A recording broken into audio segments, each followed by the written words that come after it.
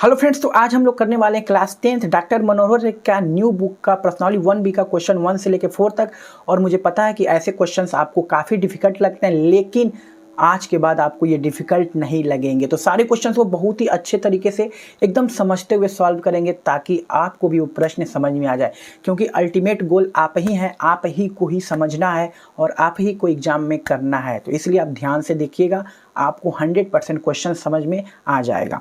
तो जैसे question number हमारा फर्स्ट है, बोल रहा है सिद्ध कीजिए कि 3√3 एक परिमेय संख्या नहीं है। परिमेय संख्या नहीं है मतलब इसको कभी कभी ऐसे भी पूछा जाता है कि सिद्ध कीजिए कि 3√3 एक अपरिमेय संख्या है। तो थोड़ा सा मैं आपको बता दूं परिमेय और अपरिमेय संख्या क्या होता है।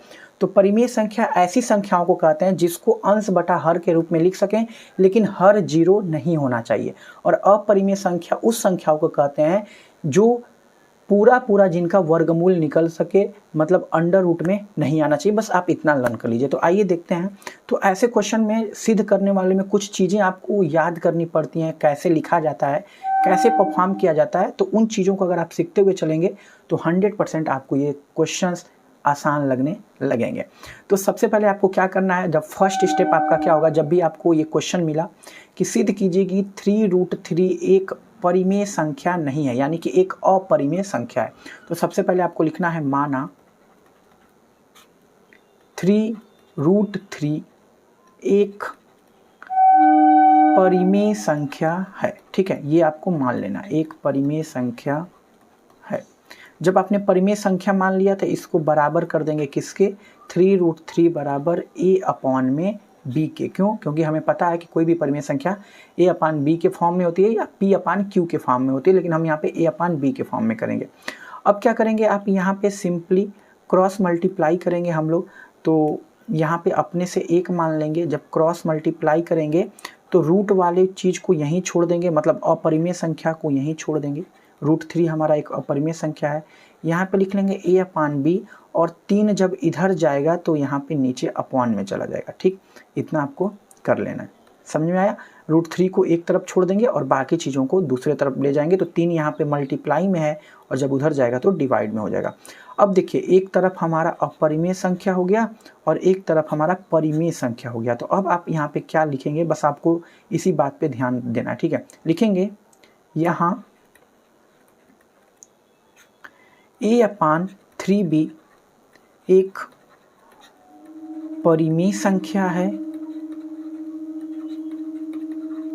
एक परिमेय संख्या है, जबकि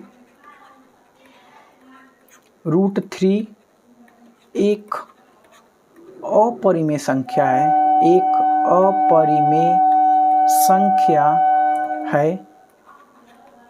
इसलिए ये बराबर नहीं हो सकते, इसलिए ये बराबर नहीं हो सकते। ठीक है, क्योंकि यहाँ पे हमारा क्या दिख रहा है, दोनों आपस में बराबर दिख रहे हैं, इसलिए ये हमारे बराबर नहीं हो सकते। अतः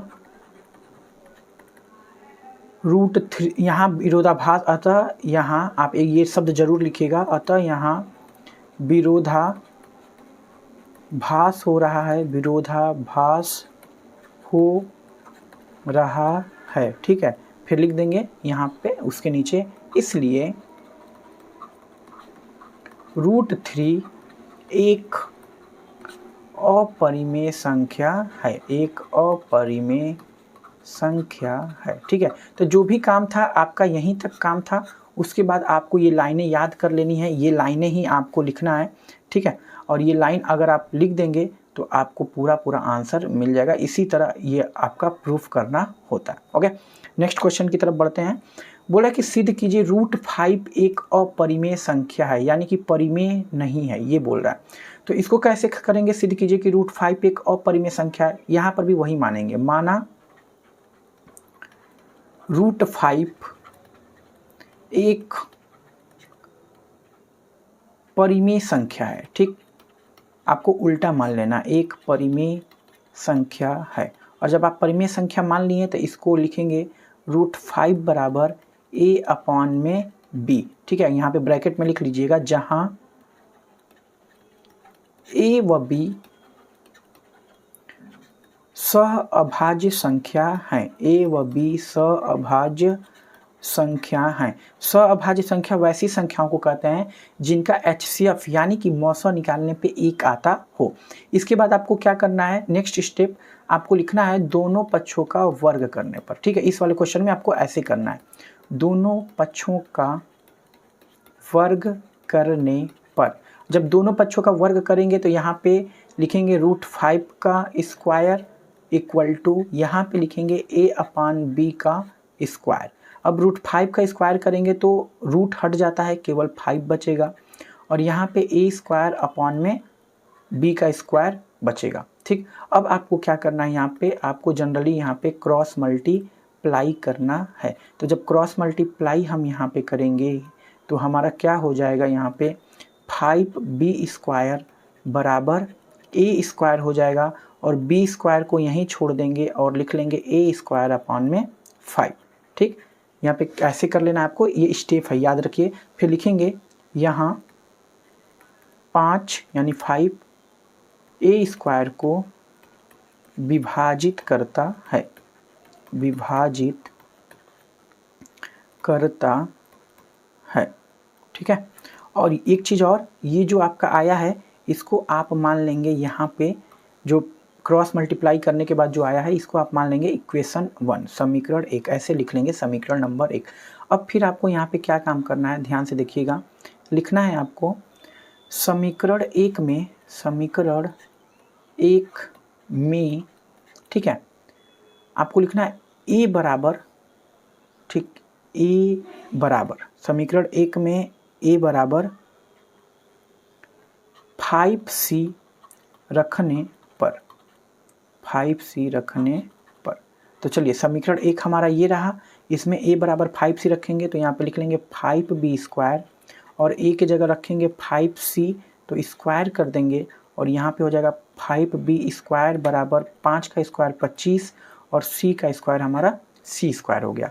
अब आप क्या करेंगे, यहाँ पे लिखेंगे आप यहाँ पे कि 5b² अपॉन में इस 25 को इधर भेज देंगे तो यहाँ पे 25 हो जाएगा बराबर c²। ठीक, अब आप यहाँ पे लिख लेंगे a बराबर आपने 5c रख दिया। ठीक है, अब यहाँ पे 5 से कटा देंगे 5 बार में तो यहाँ पे बचा b² बराबर अपॉन में 5 बराबर c²। फिर लिखेंगे यहाँ 5, ठीक है, b² को विभाजित करता है, इतना आपको लिखना है। फिर इसके बाद हम लोग पहुंच चुके हैं लास्ट वाले पॉइंट पे। अब देखिए इतना करने के बाद मैं यहाँ बता दे रहा हूँ, जगह नहीं है, यहाँ पे क्या था, 5a² को विभाजित करता था और यहाँ पे 5b² को विभाजित करता है। तो इसका मतलब क्या हुआ, 5a और b का क्या है, एक गुणनखंड है। तो लिखेंगे यहाँ, ठीक है, 5a व b का एक गुणनखंड है, गुणनखंड है, इसलिए √5 लिखेंगे यहाँ 5a व b का एक गुणनखंड है। ठीक है, एक मिनट रुक जाइए थोड़ा सा, एक गुणनखंड है और इसके बाद आप लिख देंगे, इसलिए थोड़ा सा स्टेटमेंट होता है तो स्टेटमेंट में आपको सही से लिखा दे रहा हूँ, इसलिए 5a व b दोनों को विभाजित करता है, विभाजित करता है, अतः a व b सहअभाज्य हैं, सहअभाज्य हैं, इसका विरोधाभास हो रहा है, इसका विरोधाभास हो रहा है, इसलिए √5 एक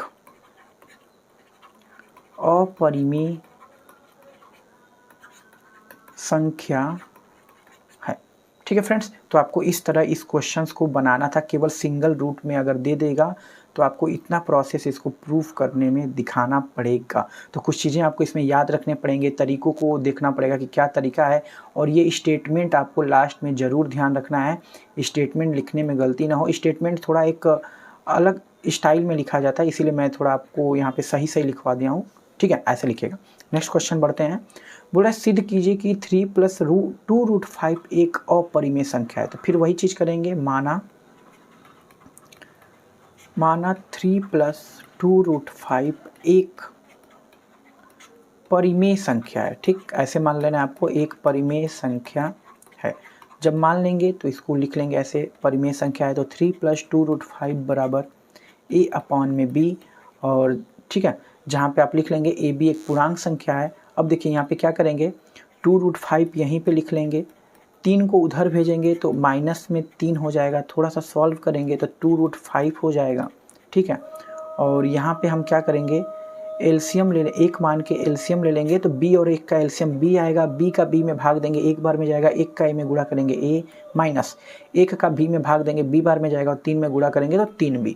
फिर √5 को यहीं पे रहने देंगे। ठीक है, फिर लिख लेंगे a माइनस 3b और नीचे b और 2 यहाँ पे गुणा में है, इधर जाएगा तो बटा में हो जाएगा। तो मैंने क्या किया, अपरिमेय संख्या को एक तरफ कर दिया, मतलब √5 एक अपरिमेय संख्या है और a माइनस 3b/2b को एक साइड कर दिया, जो कि एक परिमेय संख्या है। और इसलिए मैंने ऐसा किया क्योंकि मैं इसको विरोधाभास दिखा सकूं। ठीक है, तो लिखेंगे हम, चूंकि √5 एक अपरिमेय संख्या है, एक अपरिमेय संख्या है, जबकि a माइनस 3b/2b एक परिमेय संख्या है, एक परिमेय संख्या है, अतः ये बराबर नहीं हो सकते, बराबर नहीं हो सकते, क्योंकि विरोधाभास हो रहा है, क्योंकि विरोधाभास हो रहा है। इसलिए 3 + 2√5 एक अपरिमेय संख्या है। तो फ्रेंड्स, अभी हमने 3 टाइप का ये क्वेश्चंस देख लिया। पहला जो क्वेश्चन था 3√3 था, दूसरा जो क्वेश्चन था केवल रूट में था, और तीसरा क्वेश्चन जो प्लस में करके फिर रूट में था। तो तीनों को लगाने का तरीका थोड़ा सा अलग अलग है, इस तीनों तरीक़ों को आप देख लीजिएगा। और ये देखिए फिर से आ गया कि सिद्ध कीजिए कि √7 एक अपरिमेय संख्या है, और ये सेम टू सेम हमारा इस क्वेश्चन नंबर की तरह लगेगा, क्वेश्चन नंबर 2 की तरह। तो जहाँ जहाँ भी √5 है वहाँ वहाँ आपको क्या लिख देना है, √7 लिख देना है। तो this is just like question number 2। तो आप इसको अब आसानी से बना सकते हैं। तो फ्रेंड्स, उम्मीद करते हैं आपको समझ में आ गया होगा। थोड़ी सी आपको परेशानियां होंगी क्योंकि सिद्ध करने वाले में कुछ चीज़ों को लर्न करना पड़ता है, कैसे लिखा जाता है, क्या माना जाता है। तो थैंक्स फॉर वॉचिंग। अगर वीडियो अच्छा लगा तो लाइक करिए और अपने दोस्तों के साथ ग्रुप में ज़रूर शेयर करिएगा ताकि उनका भी ये टॉपिक क्लियर हो सके। तो फिर मिलते हैं कुछ ऐसे इंपॉर्टेंट टॉपिक के साथ नेक्स्ट वीडियो में। तो अभी तक के लिए इतना ही, हमें दीजिए इजाज़त। जय हिंद, नमस्कार।